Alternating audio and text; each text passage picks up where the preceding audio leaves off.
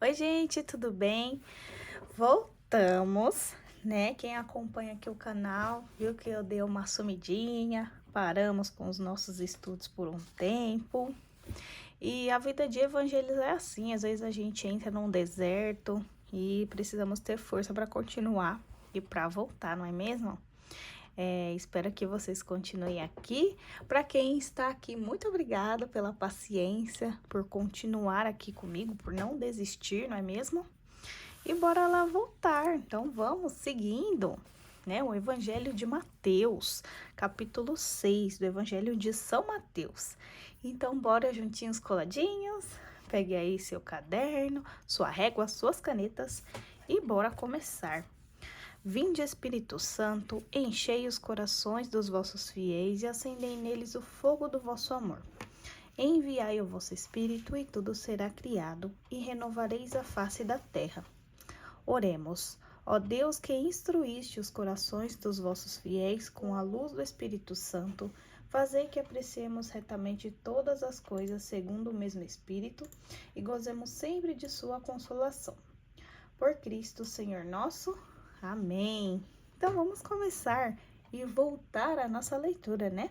Em nome do Pai, do Filho e do Espírito Santo. Amém. Que o Espírito Santo, Nossa Senhora, São José, nos ilumine, nos ajude, nos guie. Amém. Então, bora lá. Vamos voltar, né? Se situar de novo aqui nas cores que a gente usa no nosso estudo. Então, cor verde para promessas, vermelho para ordens e azul para príncipe eterno. Essas são as cores que a gente usa aqui. O amarelinho também uso para fazer um destaque de alguma coisa importante, mas as três cores são essas aqui do nosso estudo, né? Então, bora lá pra gente voltar, não é mesmo? Pega aí suas canetas que vamos usar todas as cores hoje. Então, vamos lá, capítulo 6 do Evangelho de São Mateus. Já vamos começar aqui. Como voltei a gravar, vamos ter que, como é que diz? Ir ajeitando aos pouquinhos, né? Que eu perdi a prática. Mas vamos lá. Capítulo 6, versículo 1, já começa com uma ordem. Guardai-vos de fazer vossas boas obras diante dos homens, para ser vistos por eles. Então, marca aí, versículo 1. A primeira parte do versículo é uma ordem, seguida de um princípio, ou do contrário, não tereis recompensa junto de vosso Pai que está no céu. Guardar de fazer boas obras diante dos homens, para ser vistos, né? Se for fazer, faça para Deus, é Deus que tem que ver. Então, aqui o título é fazer as boas obras em segredo. Versículo 2. Quando, pois, das esmola, não toqueis a trombeta diante de ti, como fazem os hipócritas nas sinagogas e nas ruas, para serem louvados pelos homens. Outra ordem, né? Não fica aí anunciando que tá fazendo coisas boas, que tá dando esmolas. Em verdade vos digo, já receberão sua recompensa. 3. Quando deres esmola, que a tua mão esquerda não saiba o que faz a direita. Marca aí, então, ordem, né? Assim tua esmola se fará em segredo. Versículo 4. Começa com uma ordem e vem uma promessa. E o teu pai, que o vê escondido, irá recompensar-te. Então, a gente faz em segredo para recebermos a nossa recompensa. Versículo 5. Quando orardes, não façais como os hipócritas, que gostam de orar de pé nas sinagogas e nas esquinas das ruas, para serem vistos pelos homens. Em verdade vos digo, já receberam sua recompensa. Então, não façais como os hipócritas, né? Querendo chamar atenção e tudo mais. Gente, eu vejo tanto isso. Ai, tem tanta gente gritando nas ruas, né? Mas, enfim. Quando orardes, entra no teu quarto, fecha a porta e ora ao teu pai em segredo. É uma ordem, seguida de uma promessa. E teu pai que vê no lugar oculto te recompensará. Então, para que a gente vai ficar lá gritando na esquina, falando um monte de coisa, orando? Não, entra no quarto, fecha a porta, reza ao teu pai em segredo ali. É você e ele, é no oculto, é no íntimo, né? no nosso íntimo que a gente deve fazer as nossas orações. Versículo 7. Nas vossas orações, não multipliqueis as palavras como fazem os pagãos que julgam que serão ouvidos à força de palavras. Não os imiteis. Aí aqui a outra parte do versículo 8. Porque vosso Pai sabe o que vos é necessário antes de que vos lo peçais. Então aqui é uma ordem seguida de um princípio. A gente vai falar ali, não precisa ficar repetindo, falando um monte de coisa, porque Deus já sabe. Antes da gente pedir, Ele já sabe. Aqui, muitas vezes, os nossos irmãos que são protestantes, eles ficam falando, é porque vocês repetem as palavras do terço. Fica repetindo, mas não é uma repetição, né? O nosso terço é uma oração cristocêntrica, né? A gente tá pedindo ali com a mãe, entregando rosas para ela entregar para Jesus. Aqui é orações, como é que a gente diz? Repetido ali que os pagãos faziam e forçando e tudo mais. Mas não a oração do terço, porque o terço não é uma repetição de palavras, né? E aí segue aqui com o princípio. Que antes da gente pedir, Deus já sabe que a gente vai pedir. Deus já sabe que a gente precisa. Deus sabe de tudo. Seguimos o Pai Nosso. Eis como deveis rezar. A oração do Pai Nosso, eu marquei aqui como um princípio eterno. Mas aí, aqui a gente começa como, eis como deveis rezar. É uma ordem, né? Jesus vai falar assim. Aí você pode marcar aí, como uma ordem ou como um princípio eterno. Vamos ler aqui primeiro e depois eu volto para falar sobre. Como deveis rezar. Pai nosso que estais no céu, santificado seja o vosso nome. Venha a nós o vosso reino, seja feita a vossa vontade, assim na terra como no céu.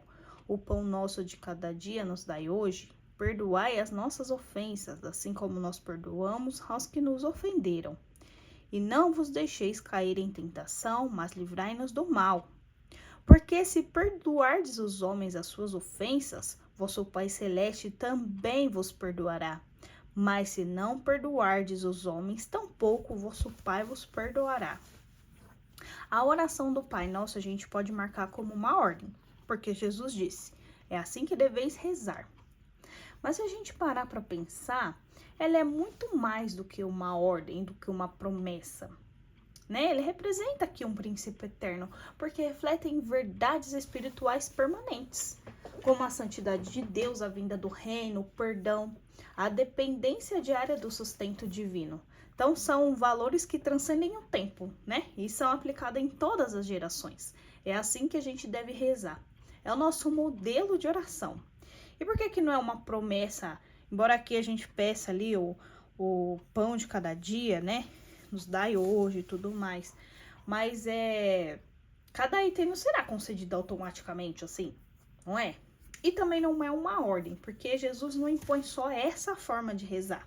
Não é a única forma de oração. Ele nos apresentou um exemplo, nos ensina. Ele nos ensinou. É assim que vocês deveis fazer, deveis rezar.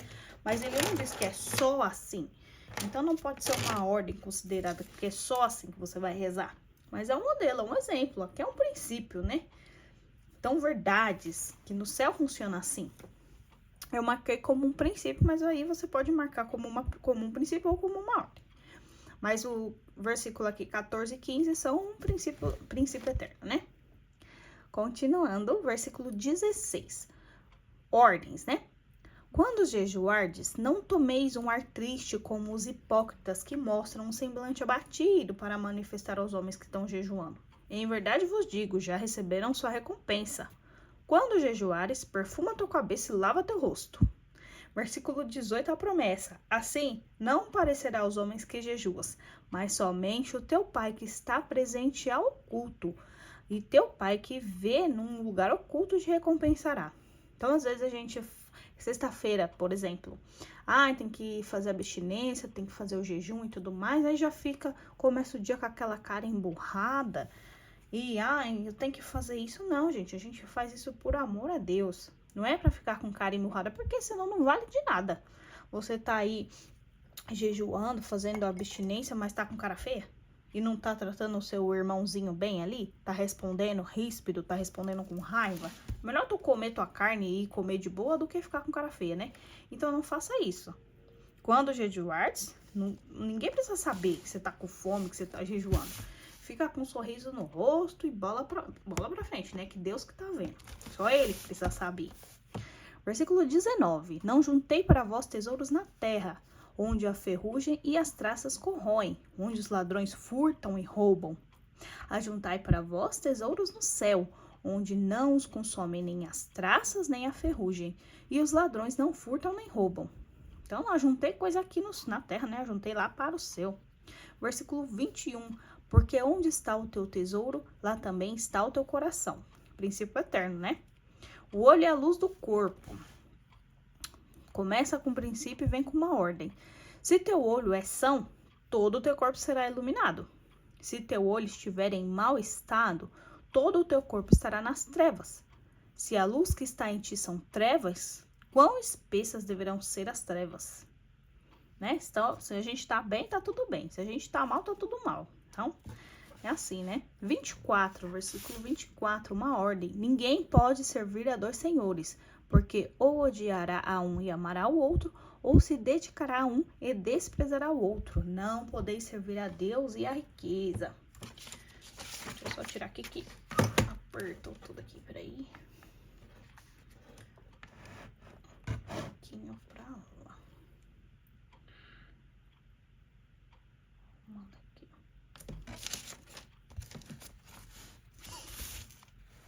25. Eis que vos digo, não vos preocupeis por vossa vida, nem pelo que comereis, nem por vosso corpo, pelo que vestireis. É uma ordem. A vida não é mais do que o alimento e o corpo não é mais do que as vestes? Isso aqui é um princípio. Nossa vida não vale mais, né? Não vale mais do que o alimento. Nossa vida não vale mais do que a gente está vestindo. Olhai as aves do céu. Uma ordem, né? Olhai as aves do céu. Não semeiam, nem ceifam, nem recolhem nos celeiros, e vosso Pai Celeste as alimenta. Não valeis muito mais do que elas? Qual de vós, por mais que se esforce, pode acrescentar um só côvado de adoração à sua vida? E por que vos inquietais com as vestes? Aí uma ordem aqui, considerai como crescem os lírios do campo. Não trabalham nem fiam, entretanto eu vos digo que o próprio Salomão, no auge de sua glória, não se vestiu como um deles. Se Deus veste assim a erva dos campos, que hoje cresce e amanhã será lançada ao fogo, quanto mais vós, homens de pouca fé. Não vos aflijais, nem digais, que comeremos, que beberemos, que vestiremos. São os pagãos que se preocupam com tudo isso. Aqui é a divina providência, né? Ora, vosso Pai Celeste sabe que necessitais de tudo isso. Deus sabe de todas as coisas. Então, aqui é um princípio eterno. Versículo 33. Buscai em primeiro lugar o reino de Deus e a sua justiça, seguido de uma promessa, e todas essas coisas vos serão dadas em acréscimo. Não vos preocupeis, pois, com o dia de amanhã. O dia de amanhã terá suas preocupações próprias. A cada dia basta o seu cuidado. Palavra da salvação, glória a vós, Senhor. Eita, que esse capítulo tá recheado. Basicamente, o capítulo inteiro tem marcações de ordens, promessas e princípios, né? Esse capítulo 6 aqui, riquíssimo, riquíssimo. E aí, o que a gente pode tirar desse capítulo 6 aqui? São muitas mensagens, são muitas coisas que a gente pode tirar aqui, não é? Bom que a gente já fez aqui, o nosso estudo já marcou. O que a gente vai fazer? Vai ler tudo de novo agora, porque já tá tudo marcadinho. A gente vai passar aqui um marca-texto e tudo mais, para dar um destaque na hora que a gente for ler de novo. Fica muito mais fácil da gente identificar. É isso que eu tenho que fazer, é isso que eu não tenho que fazer. É isso que Deus promete para mim. E lá no céu funciona assim. Quer eu queira, quer não, no céu funciona assim. Então é isso, quando a gente tá lendo, a gente faz aquela nossa leitura identificando, né, as promessas, ordens e princípio, e depois a gente volta para ler tudo de novo, já tudo marcadinho. O que podemos tirar daqui, né? Só Deus precisa saber das nossas caridades, não ficar se mostrando, né, fazer as nossas boas obras em segredo. perdoar de coração, pois só assim, como rezamos no Pai Nosso aqui, só assim seremos perdoados, né? Fazer nossa oração no nosso íntimo, não devemos ficar preocupados com nada. Entrega, é a providência de Deus, né? Deus cuida de nós. E a cada dia basta o seu cuidado. Cada dia é um dia, né? Então, deixa aí uma mensagem do que você achou desse capítulo, o que Deus fala, o que Deus toca no seu coração, o que a gente pode fazer diante de tudo isso aqui, não é mesmo? Que ação que a gente pode fazer diante de todas essas mensagens que a gente consegue tirar daqui, né? Elogiar o outro sem falar do meu. Eu faço as minhas coisas, mas por que eu não posso elogiar o outro em vez de ficar querendo me vangloriar pelas coisas que eu fiz, né? Prestar atenção nas minhas orações, no meu secreto, no meu oculto, eu e Deus. Mesmo orando sozinha, é assim que Deus me escuta, é assim que Ele nos escuta. Nossa mãe, nosso pai, nossos santos amigos que intercedem por nós junto a Jesus, né? Entregar toda a nossa vida a Deus. Entrega. Senhor, tu sabe de todas as coisas de tudo da nossa vida, Ele sabe. Então, antes que a gente pensar, antes que a gente pedir, Ele já sabe. Então, entrega de todo o coração, né? Então, é isso, terminamos aqui o capítulo 6, bonito, grande, extenso, e que tem a nossa oração do Pai Nosso. Então, vamos voltar, ler tudo de novo. E é isso. Até o próximo.